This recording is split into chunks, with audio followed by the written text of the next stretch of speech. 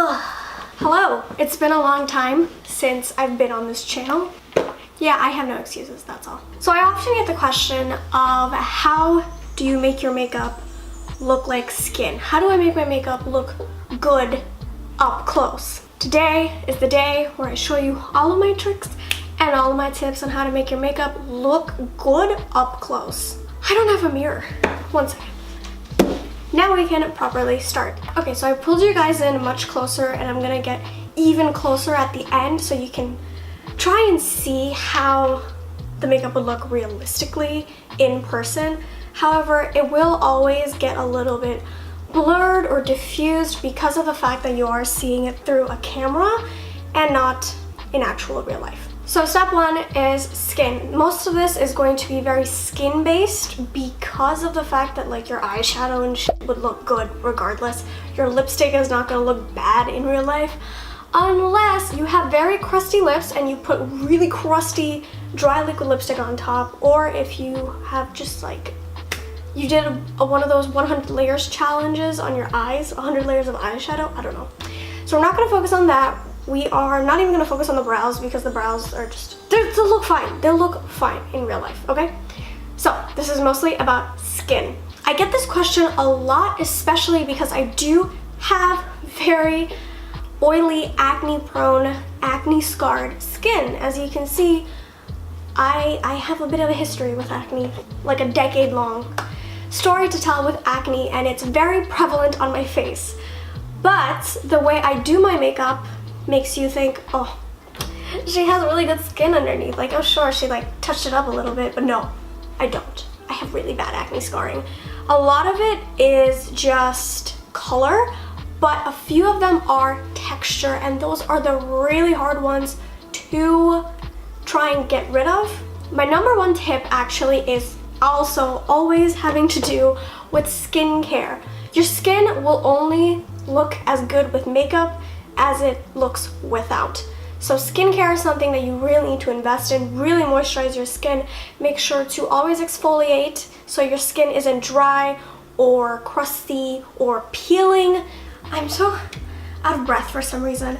So my skin is very well prepped right now, as it is every time I do my makeup. If my skin looks bad, I'm not gonna do my makeup. I'd rather just leave the skin to be as it is, probably acne filled, pustule filled, there's whiteheads everywhere.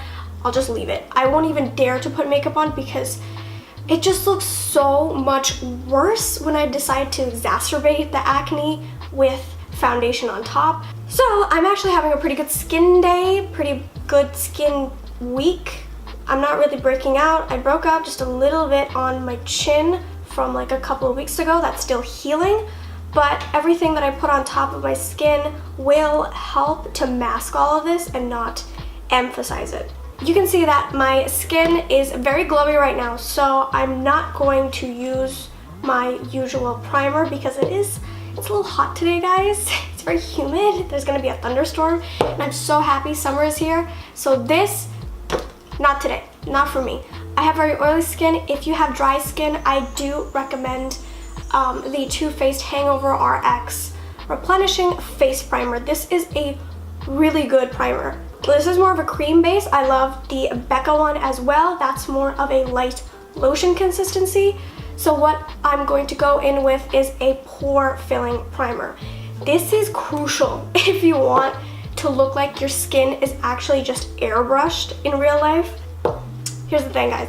Less is more, especially if you want to look good. If someone is coming this close to you and you want them to be like, is that your skin? Is that your real skin? So one of my tips I actually have is to take your pore filling primer. Any pore filling primer will do that really works for you. This works wonders for me. So I will take my sponge. Now a sponge is really crucial as well if you want your makeup to look really good up close. So I will take this, I will dab it into the product. So if you can see, there's a little bit of product on there, and the sponge is going to press it into the skin better than your fingers can. So I'll show you guys on one side. I'm literally just pressing it in.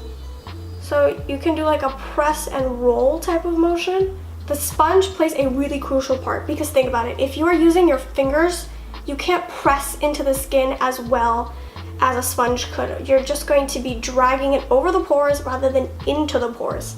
I also take this over my chin where I have acne, as well as some raised acne scars, because this is really going to create a slippy barrier between the foundation and the acne. A lot of the time, your foundation can lift up that acne skin. It'll create flakes when you didn't have them before, and then you're confused, like, where did this come from?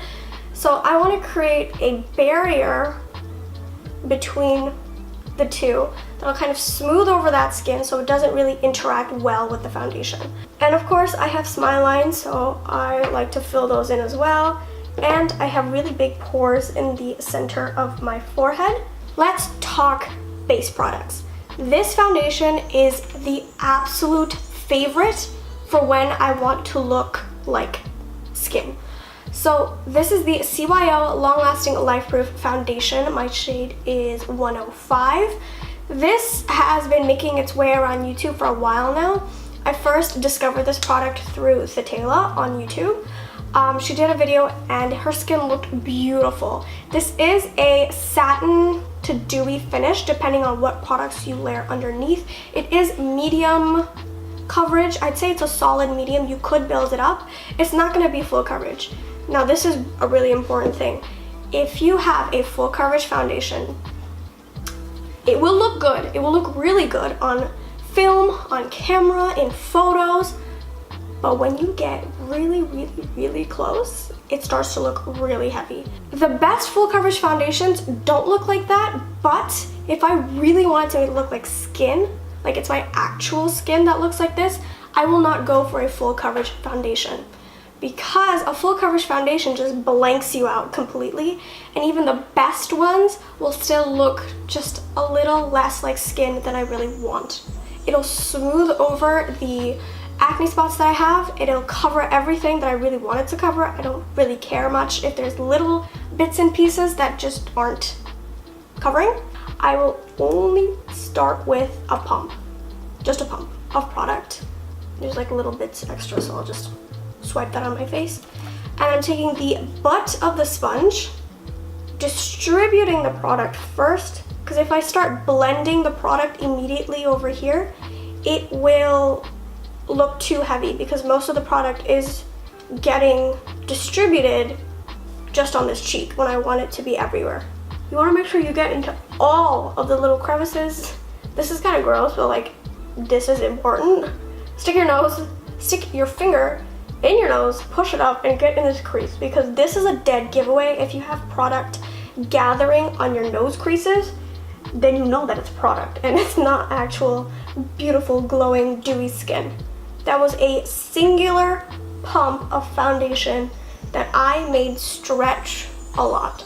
My chin, you can still see that I have scarring, and I'm gonna leave it. Literally, that's it. I forgot to mention another huge thing if you want your makeup to look like skin, because I just got reminded, you need to shave your face. If you have very fuzzy peach fuzz, it'll look weird. The makeup won't lay as nicely on top of the skin because there's hair that's blocking it from laying it as it should. I have more than peach fuzz. It's actual hair, like it's a dark hair that's thin and fine for like arm hair, but for my face, it's a lot of hair. I have a lot of hair. So I make sure to always thread my face, especially because I am so particular about how makeup looks on my skin in real life, very, very up close. I will thread my upper lip, I will thread my eyebrows, and then I'll shave pretty much the rest of my face. I do have a very in-depth video on how I shave my face, which I'll link up here and down here. So if you want to see how I do that, that's really important. That's a really important part of this routine if you want your makeup to look as good as it can in real life. And you can see that it's a pretty, really natural skin-like satin finish. Don't go for something that is overly dewy. Do not go for something that is overly matte. To look like skin, you're gonna need a skin-like finish. I'm a genius, right? Duh. So naturally I would conceal right now, but I am going to be going in with a cream contour. Now if I had a cream blush, I would be going in with a cream blush as well, because cream products layered on top of cream products look the least heavy on the skin. When you start creating creams and then powders, and then maybe you might put another cream on top again, I don't know what you do, but it'll start looking like heavy layers on top of each other. Creams like to mesh together. Powders, if you want to stick with complete powders, that can actually also look very skin-like. So I have been going back to this cream contour stick. I did a very old video on this, and it was straight orange on my face, and it was my first time trying cream contour, and I was like, this sucks. Well, I tried it a different way. It works way better now. I like taking a powder buffing brush and the cream contour stick, going directly into the brush, because when you draw those stripes and lines on your face, it's really hard to blend out. But when you have it already on the brush, it already starts off really diffused and blended. So I like to just tap, because the foundation that we put on underneath is not going to be disturbed or moved. And the best thing about cream bronzer or cream contour is the fact that it does look like just natural face definition, rather than, oh hey, you contour your face so nice. It's like, oh my god, you have great bone structure. It's like, no, I have the roundest face you have ever seen. I just fake it. Make sure to really tap, get into this ear section. If you have sideburns like me, it'd be really annoying, but make sure to actually get in there. And of course the jaw, really buff that product in. That's a lot. I might have put a bit too much on that side. Oh god, maybe I did put too much. Okay, it's okay. We're just gonna blend. I'm gonna use my sponge. If you apply too much, just sponge it out with the foundation side that you used. Make sure to get that hairline, because your forehead is naturally really bronzed up. And then of course whatever is left over, I will take a little bit of it onto the sides of my nose, just whatever is left over, because I don't want a very structured face and then just a white nose. So next up, we're gonna go into concealer. You're going to need a natural skin-like finish, medium-ish coverage concealer. If it's too full coverage, it's gonna lay there and it's gonna stick there, and it's gonna be just heavy looking against this natural finish foundation. So this is my favorite, the Catrice Liquid Camouflage High Coverage Concealer. I've been raving about this for like 2 years now. I have a tendency to just go to town with concealer because I have like discoloration and pigmentation around my eyes like a panda, but don't put too much. Really make sure to get that inner corner where you have a lot of darkness usually, and that's it. I'm gonna put just a touch on the chin, and now because these two mesh together so perfectly, it just looks like I put some extra foundation there, except now it's a little bit brighter. My chin is brought forth a little bit more. For the under eyes, I'm going to start off with this eye, and I'm gonna try and keep that product where the darkness really is and just bring it down a little bit so it doesn't just look like I have this ring of white. That looks really odd and not natural. Just until the edges meets the foundation and the cream contour and just kind of meshes together beautifully. So here is the cream highlight. Again, cream highlight will make it look like you're naturally glowing. You have naturally very bouncy, dewy, moisturized skin. So I'm going to take it on my ring finger just because I feel like it's the best. This is ColourPop Flexitarian. I feel like I don't even need to tell you guys because I use this so often. I use this almost every single day. But this is the only cream highlight or powder highlight that we're going to put on the skin today. And I'm really going to make sure to tap it all out. And I am going to set my face just a touch. If you have dry skin, I think you can just not set your face and get away with it. Like, it'll look stunning just as is. Now, what's really important is that you use a loose powder. This is one of my favorites, the Cover FX Perfect Setting Powder in Translucent Light. They have multiple shades of these, I believe. You know, I might be a little cuckoo today because I haven't filmed in a while, and also I'm running on very little sleep right now. Don't mind me if I'm a little crazy. I'm gonna take this powder And I'm gonna apply it with a brush. I'm not baking. I'm not doing nothing crazy. I'm gonna take just a touch of powder, an absolute little tiny touch. And I'm really gonna concentrate this where I get oily and where my skin tends to break up. So I'm gonna take just a little bit, just a touch, just a touch. Take it into the lid, swirl and tap, and then underneath the eye. I like to go a little bit lower because I do have very textured, porous skin, whatever, I can't speak. And then I like to go with whatever is left in the lid and do the other eye. If you don't want to set the cream contour, you definitely don't have to. It looks better when you don't set it and it's just creamy and natural, and it's really not that sticky for me right now. So I was going to go in with the butter bronzer, but now I don't feel like it, so I'm not going to. I will, however, blush up my cheeks just a touch because I feel like it looks cute. If you do put blush, it might look a little like that's makeup because my skin does not naturally like blush this color. But I am going to take just a touch. This is the Satin Touch Blush from Essence in the shade Satin Coral. Now I'm using a satin blush because, again, this is a trend with everything that we're doing here today. Everything needs to be very satin, very skin-like, very how you would naturally blush. And this is a really pretty color. Give it a little bit on the nose. Just because if you were blushing, your nose would be a little bit red too. And that's really it. And I make sure to take it on a very big powder brush so it's really soft and diffused. So if your skin is dry, I recommend setting with a setting spray right now. This is the Smashbox Primer Water. This is one of my favorites for a very dewy, healthy look. I'm not going to today. Like I said, humidity, thunderstorm, my skin and that don't mix. So I'm not gonna do that. But what I am gonna do is this. This is the secret sauce. This is the secret step on how to get really natural, really beautiful skin that looks good up close. These 3 powders right here will change your life. So this is the Makeup Revolution highlighter palette in Beyond Radiance. I know they have 2 colors of this and my one is almost completely rubbed off, but this is a dupe, supposedly, for the Hourglass Ambient Lighting powders, the highlighter ones that are supposed to be more like a finishing powder.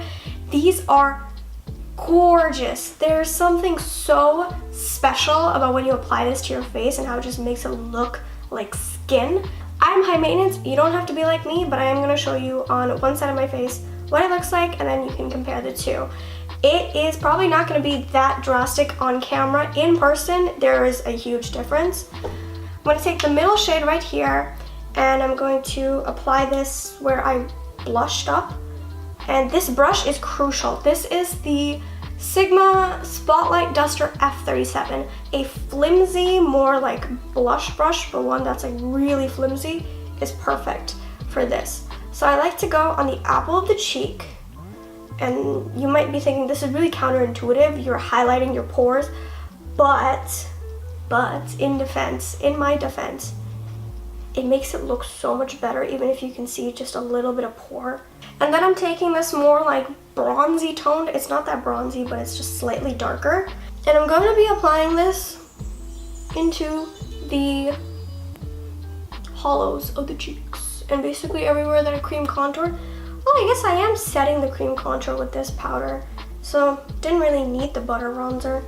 And then the last step is taking this light white-ish pearly shade, and then I'm going on the nose, like generously on the nose, that spot where we highlighted, basically everywhere we put ColourPop Flexitarian, but like everywhere. Like I will go and just swirl this onto my face.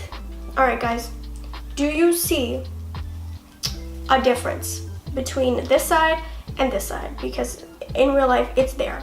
It's distinct. This also blends in all of those products so beautifully and gives them a little bit of extra life.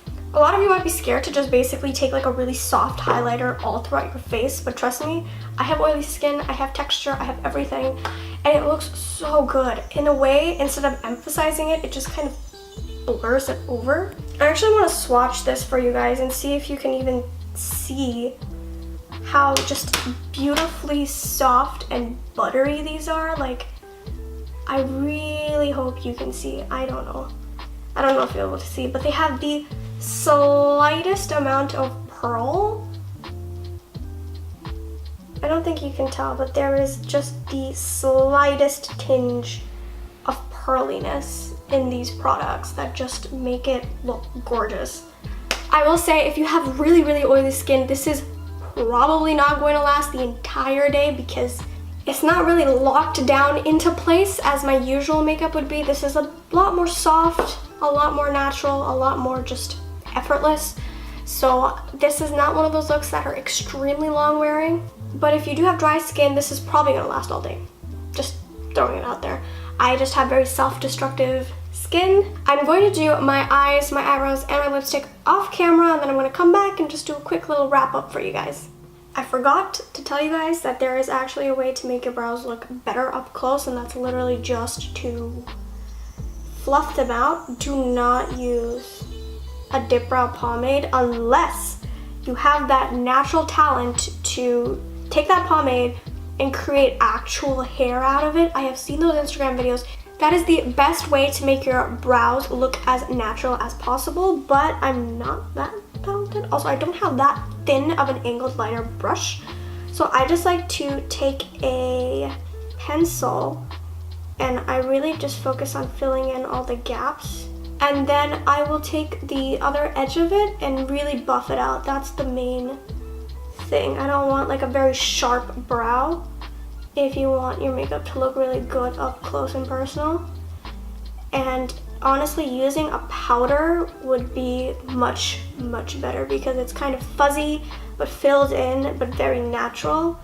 But I like to use a pencil so I can get more structure and shape out of my brow. I just came on really quick here to tell you guys, and I'm going to finish up the rest of this and then come back. So I've just finished up the rest of my face. All the products that I used will be linked in the description box below, so if you want to see what's on my eyes and what's on my lips and what's on my brows, it'll all be down there. So you can see that this makeup look is finished, and now I'm going to show you what it looks like in natural lighting.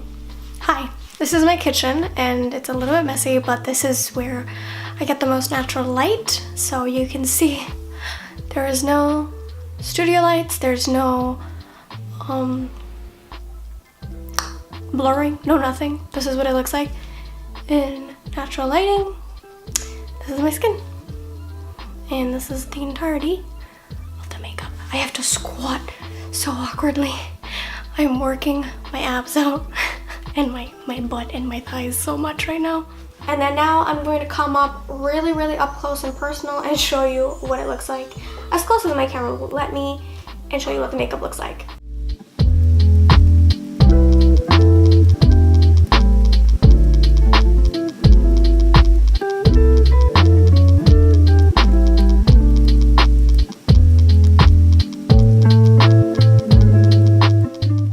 I did see a few videos like this going around YouTube. I don't remember where or who made the video because I didn't watch the video, I just saw the title.